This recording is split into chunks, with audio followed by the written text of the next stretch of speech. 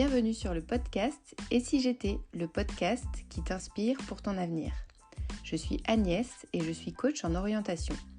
Mais avant ça, j'ai passé 15 ans dans un métier qui ne me correspondait pas. J'ai suivi ce qui était bien de faire, je suis rentrée dans le moule, j'ai suivi une suite logique toute tracée. Après le bac, j'ai fait un IUT, ensuite un master en école de management en alternance. Le tout toujours dans le marketing et la communication parce que ça avait l'air sympa. J'ai fait tous mes choix d'orientation par élimination, sans chercher ce que vraiment moi je voulais faire, sans prendre en compte ma personnalité, mes traits de caractère, mon potentiel, mais aussi mes limites. Et après une profonde réflexion et une année de formation, je suis maintenant coach professionnel spécialisé dans l'orientation des jeunes. Ces interviews métiers, c'est une manière de te faire découvrir des métiers vus de l'intérieur avec des personnes qui sont passionnées, qui sont transparentes et qui te partagent leur parcours plus ou moins linéaire et atypique. Bonne écoute!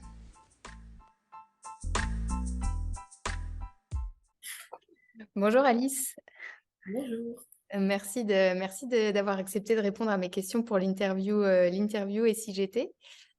Alors écoute, je vais commencer avec une première question et puis après tu pourras te présenter, après cette question, tu pourras te présenter en quelques phrases. Ok. Alors ma première question, c'est à 18 ans, est-ce que tu te serais imaginé être dans le métier que tu fais aujourd'hui? Non, pas du tout, parce que je savais même pas que c'était un métier qui existait à 18 ans. Donc, D'accord. voilà. Ok, super. Tu vas nous en dire plus du coup. Est-ce que tu peux te présenter et nous dire qu'est-ce que tu fais comme métier? Quel âge tu Ouais, as? Comment ok. t'es arrivée là? Du coup, je m'appelle Alice Hamelin, j'ai 25 ans. Du coup, je suis urbaniste de formation et je travaille dans la programmation urbaine et architecturale. Donc, c'est un terme un peu compliqué, mais c'est un des métiers de l'urbanisme et de l'architecture. Et donc, j'y suis arrivée après un bac ES, une prépa, deux licences en sciences humaines et en géographie, un master d'urbanisme. Et du coup, après, j'ai découvert ce métier.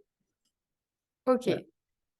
Donc, tu as fait ton parcours scolaire, on va dire, sans savoir vraiment où tu allais ou tu avais une Alors, autre idée et finalement tu as atterri là? Ça s'est passé comment? c'était un peu un entonnoir.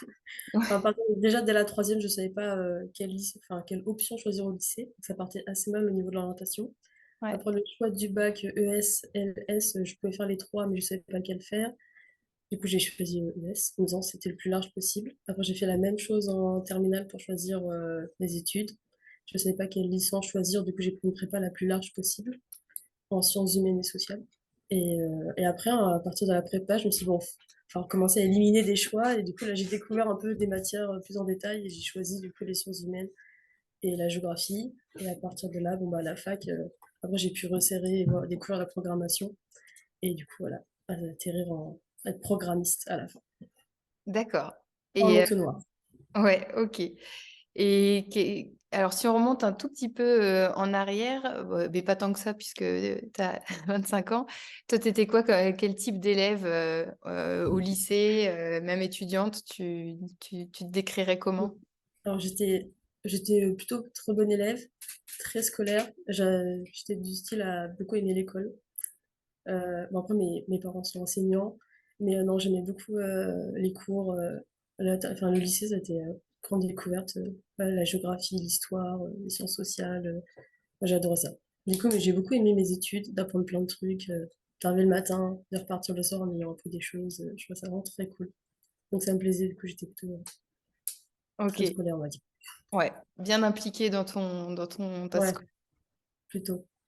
Ok, ça marche.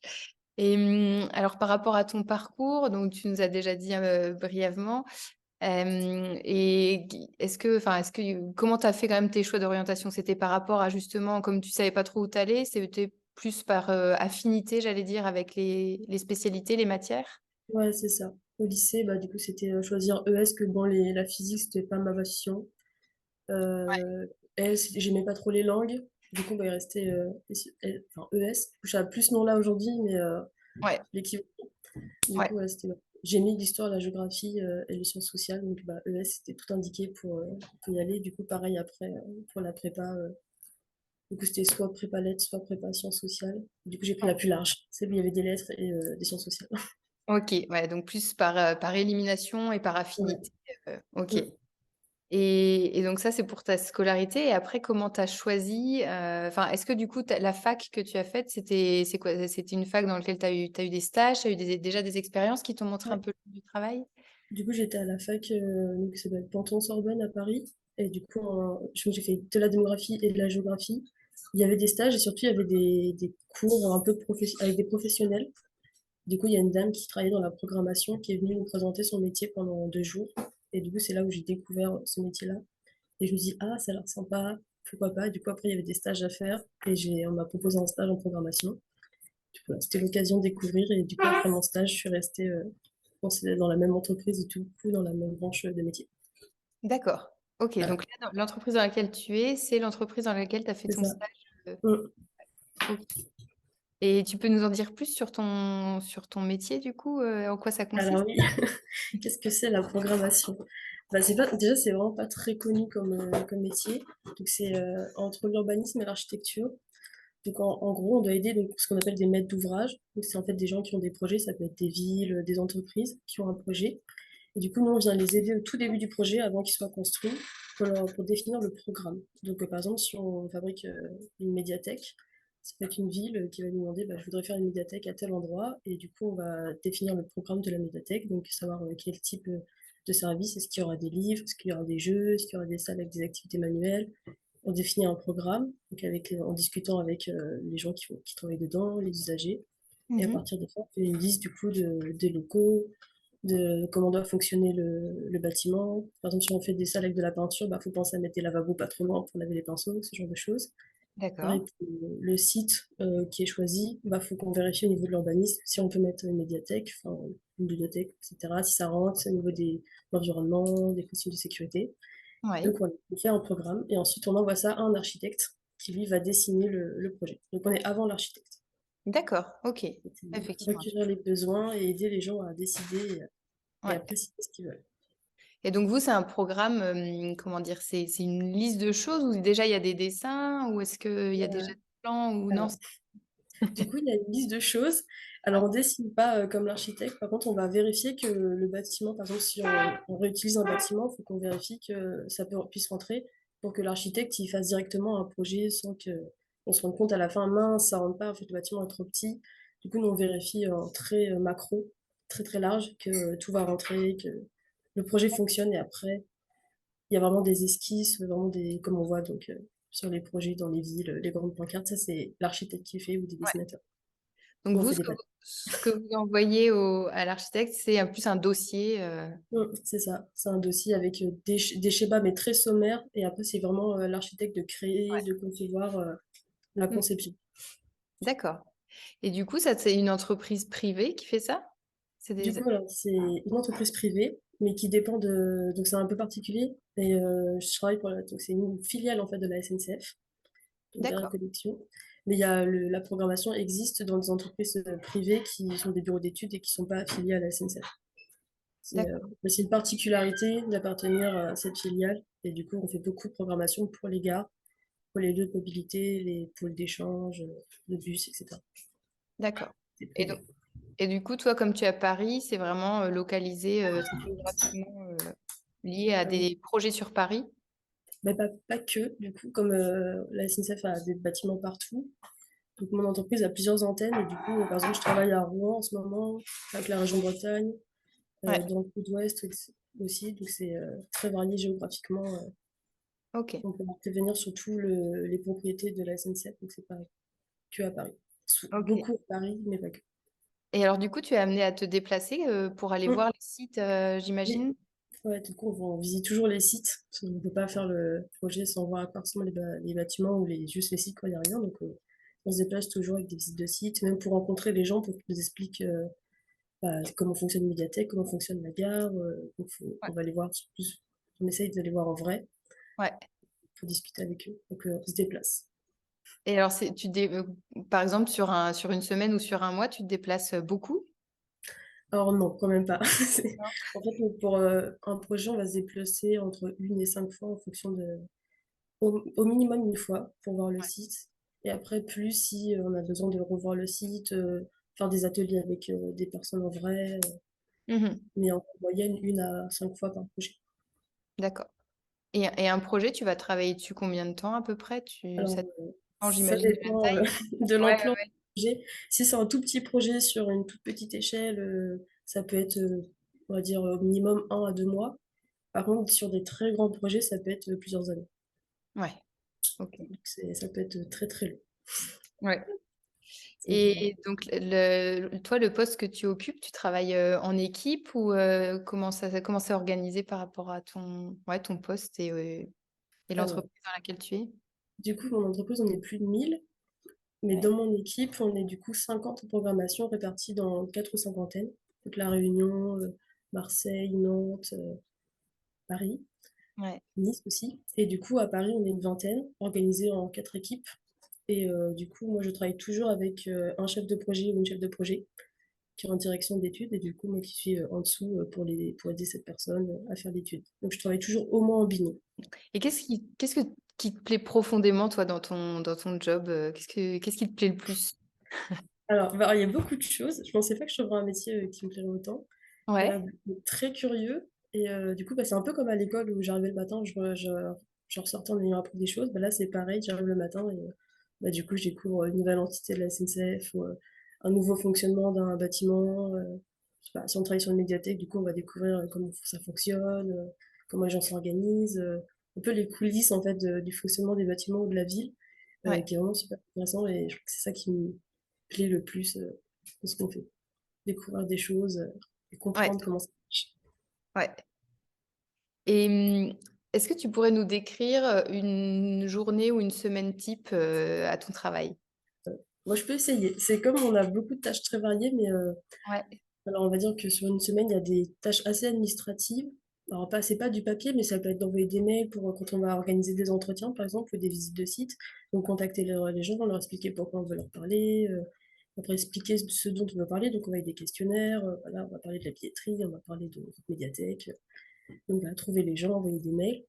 Après, ça peut être beaucoup lire de documents, de données qu'on nous envoie pour le projet. Donc, s'il y a un projet qui est fait, lire les souhaits de la ville, les documents qu'ils nous envoient, les documents d'urbanisme, tout ce Mmh. qui est réglementaire, pour voilà, si on choisit un site, qu'on regarde bah, déjà si on peut construire dessus.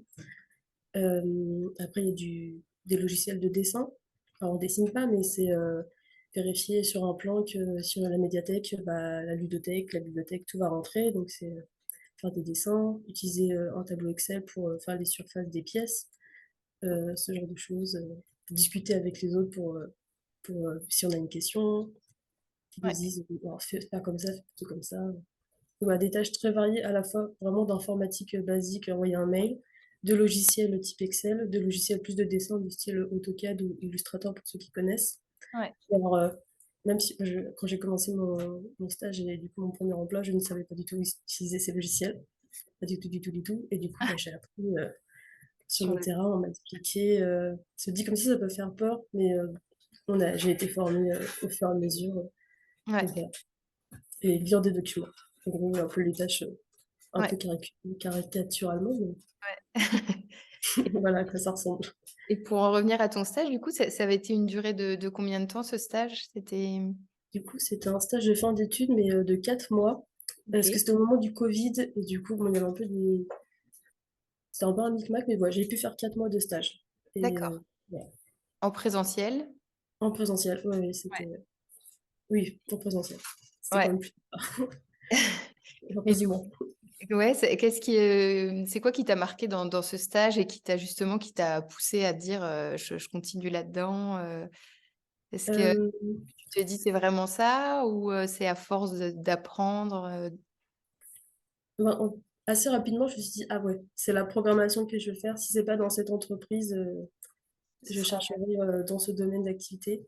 ouais, Bah voilà, parce que du coup, bon, pendant mes études, l'urbanisme, c'est quand même très large comme domaine. J'avais un master qui était très généraliste, donc on pouvait travailler dans plein de choses différentes. Et du coup, arriver dans un métier où c'est à la fois assez technique, mais en même temps pas trop, c'est pas de l'architecture où il faut dessiner, avoir plein de compétences que je n'avais pas. C'est pas non plus un truc très concret comme des chantiers où il faut se lever à 7 heures, régler les problèmes de grue, enfin des choses très matérielles qui ne me correspondaient pas du tout. Mais ouais, en même temps, on s'intéresse quand même au chantier, mais de manière très macro et très en amont, du coup sans les contraintes. C'était que la Ouais. partie intéressante de visiter un chantier, mais sans devoir, le surveiller et cetera. Du coup, s'il y avait un juste milieu au niveau de l'échelle et de la temporalité du projet, du coup, en amont du projet, mais pas non plus trop en amont ça où on va jamais voir le projet se faire et en même temps pas trop près avec toutes les contraintes matérielles.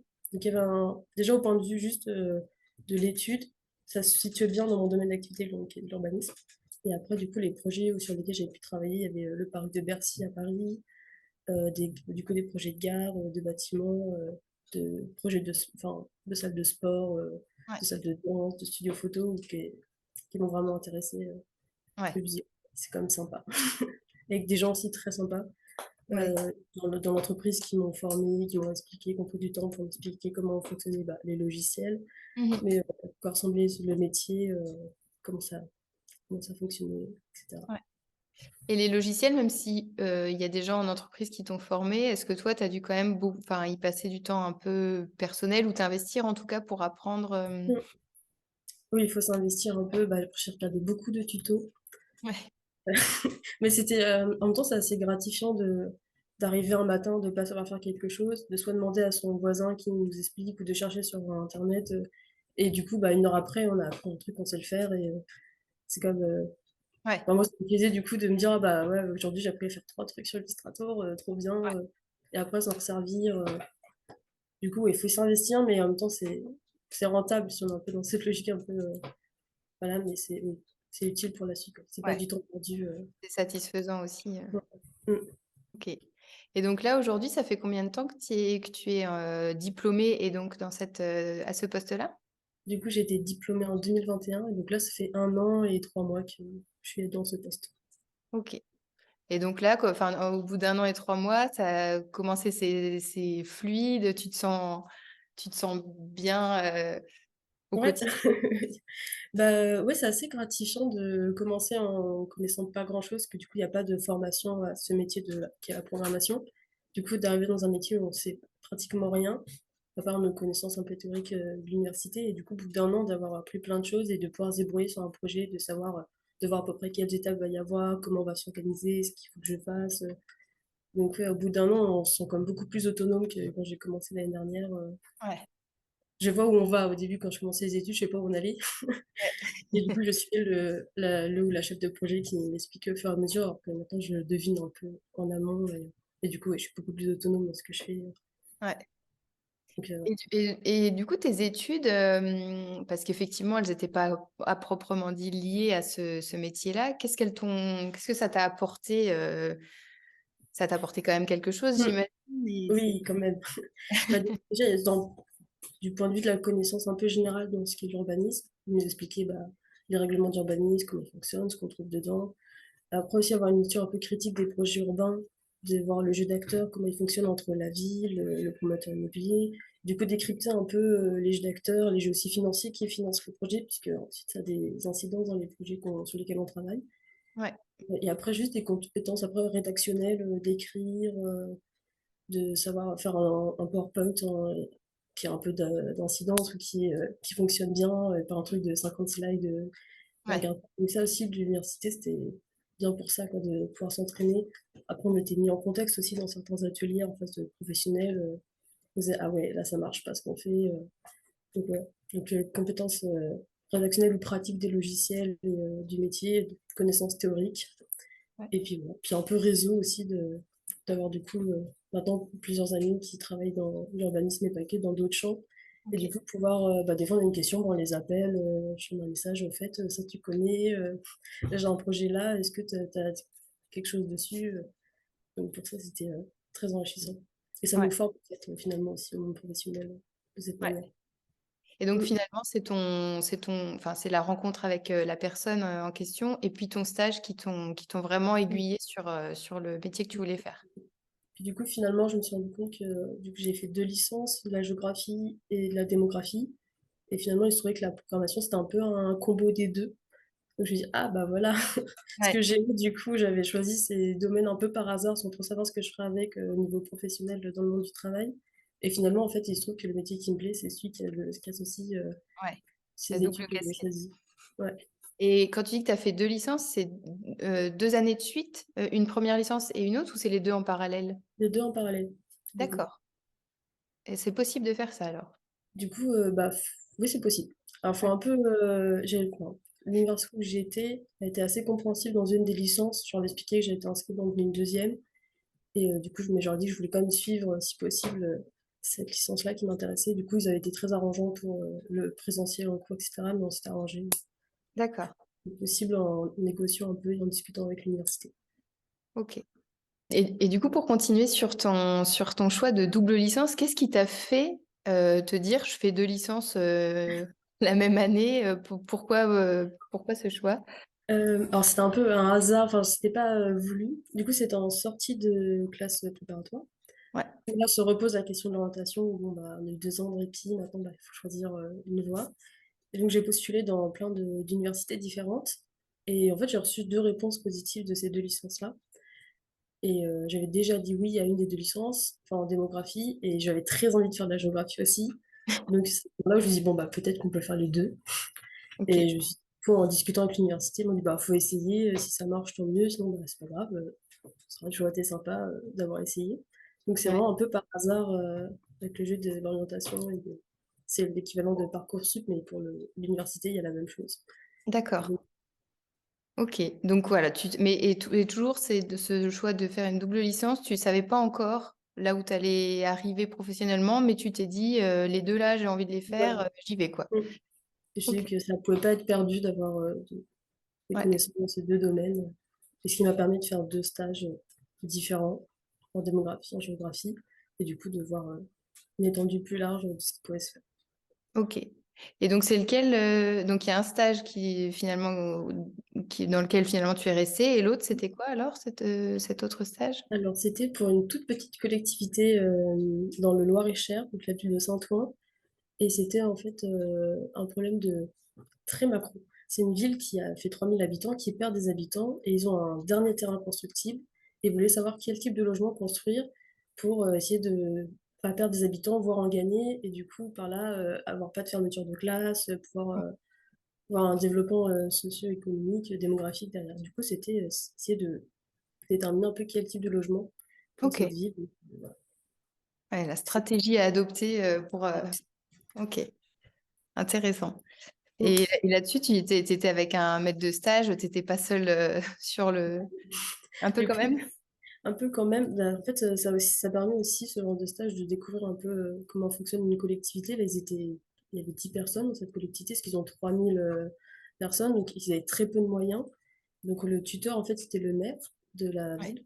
Du coup, il suivait quand même mon travail toutes les semaines, il me donnait des informations. Après, j'avais un tuteur à l'université avec qui je pouvais échanger si j'avais des questions.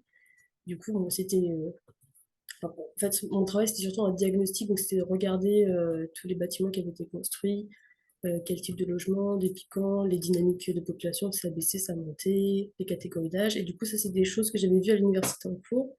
Donc après, j'ai réappliqué dans un peu un cas concret. Ouais. Et du coup, et après, très méthodiquement, se dire, bon, bah, puisqu'on a ça, peut-être qu'on peut faire ça. Ouais. Mais bon, après, il n'y avait pas d'enjeu non plus. Enfin, la ville, le maire était très indulgent et il m'a pas dit, bon, bah, faut qu'il y ait un résultat, faut que ce soit super bien, notre Ouais. vie en dépend, pas du tout. C'était très bienveillant, au Ouais. feeling. Une bonne expérience. Ouais, très bonne expérience. Et qu'est-ce que tu retiens du coup de ces 2 stages? Qu'est-ce qui t'ont apporté par rapport à ta vie pro que tu as maintenant Bah, déjà, se rendre compte, déjà, voilà, le stage que j'ai fait en mairie avec 10 personnes et l'emploi ou le stage que j'ai fait dans une entreprise de 1000 personnes en privé, déjà 2 domaines, public-privé, 2 échelles, moins de 10 personnes, plus de 1000 personnes, donc pas du tout les mêmes moyens, le même budget, les mêmes locaux. En plus, là, on avait du coup une petite ville dans le Loir-et-Cher, Paris, la capitale. Donc vraiment 2 ambiances différentes, et pour autant, les projets qu'ils portaient et les enjeux étaient tout aussi intéressants et stratégiques pour que ce soit pour l'entreprise privée ou pour la petite ville. Donc, on se rend compte qu'il y a des échelles différentes, des mondes différents, et qu'à la Ouais. fin, c'est quand même intéressant dans les deux, même si on n'est pas amené à faire exactement la même chose, parce que c'est pas le même domaine d'activité. Ouais.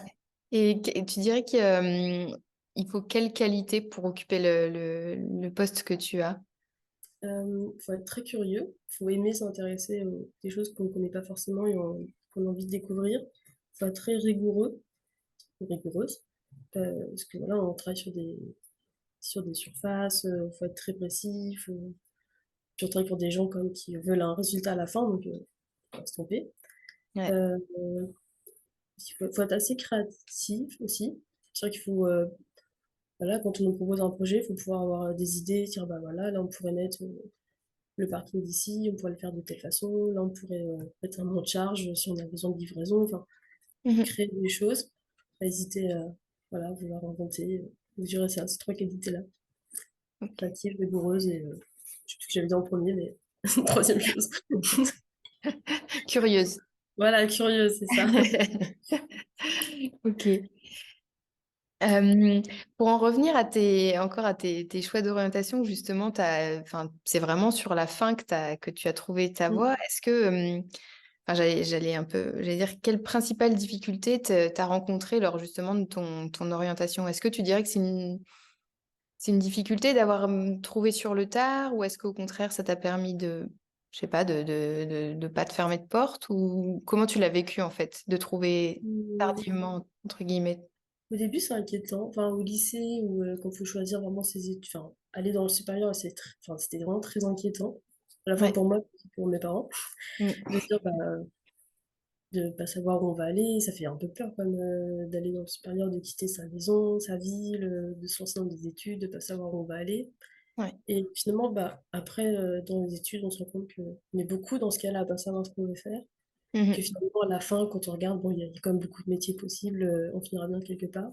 Et bah, plus ça se précise, plus on voit qu'il y a des domaines possibles, et qui viennent un peu concrets, de dire: «Ah bah oui, en fait, c'est ce domaine qui m'intéresse. Ah oui, on peut faire des stages dedans, je peux le découvrir». Donc ça devient quand même plus concret aussi et ça devient un peu du domaine du possible à partir d'un certain stade d'études. On se dit: «Ah bah voilà, ça doit être par là que je peux aller» et puis même si ça me plaît pas, bah, je pourrais toujours soit retrouver, un autre, master pour faire une année d'études supplémentaires si j'ai envie de me spécialiser dans quelque chose, ou tenter un autre stage, ou faire un CDD de 6 mois, 1 an pour découvrir, Ouais. donc ça fait moins peur à la fin. Plus on se rapproche du On but. se rapproche et en même temps, ça fait peur quand même de se lancer dans la vie professionnelle, aussi. Enfin, dit Ouais. maintenant, c'est facile de le dire vu que j'ai trouvé un emploi et que je suis très contente, mais Ouais. la phase où quand même on doit se lancer, envoyer ses lettres, de motivation, ses CV, ça fait quand même un peu peur, de se dire: Ouais. «Travailler, est-ce que c'est là que je veux le faire?» Mais bon, finalement, Ouais. bon, tous les amis, Ça se passe bien. on finit par trouver et même si ça plaît pas, on peut changer, c'est pas grave, Ouais.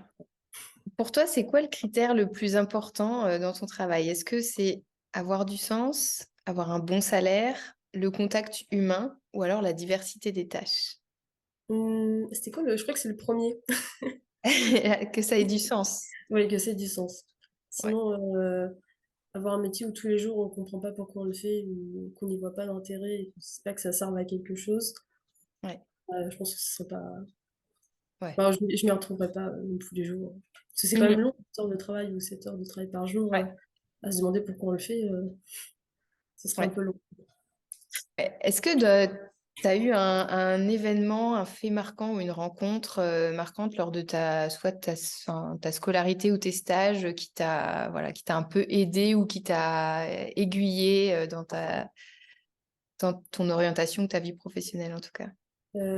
Bah, que ce soit au lycée, en prépa ou à la fac, j'avais des profs comme qui étaient, très marquants et très inspirants, enfin qui donnaient vraiment envie de continuer dans ce domaine, soit cette matière, soit ce domaine, d'activité, ce champ de recherche, que ce soit en histoire, en géographie, en sciences sociales et après dans le monde professionnel, j'avais mon tuteur de stage et qui après ensuite a été mon responsable, qui m'a vraiment fait découvrir, ce qu'était, ce métier, ce domaine, qui m'a vraiment, poussée à continuer dedans. Ouais, qui t'a inspiré aussi C'est pour ça. la suite. Ok. J'ai une dernière question. C'est quel conseil t'aurais à donner aujourd'hui? Alors, soit que t'aurais aimé qu'on te donne comme conseil il y a quelques années quand tu étais en train de faire tes choix, soit qu'avec le recul, tu arriverais à donner aux jeunes lycéens et étudiants qui nous écoutent. Bah, vous inquiétez pas, ça va bien se Ça va bien se passer passer. et bah, oser, enfin se lancer, et se faire confiance, oser y croire aussi, d'essayer, de tenter et puis même si ça marche pas, ce sera pas forcément tout perdu, sur tous les plans et il y aura pas de regrets et Ouais. ne pas s'inquiéter à la fin, tu vois, enfin, on va finir par trouver quelque chose, voilà, se faire confiance et oser, tenter, pour pas le regretter après. Génial. Ok, bah merci beaucoup Alice. Bah, merci à toi.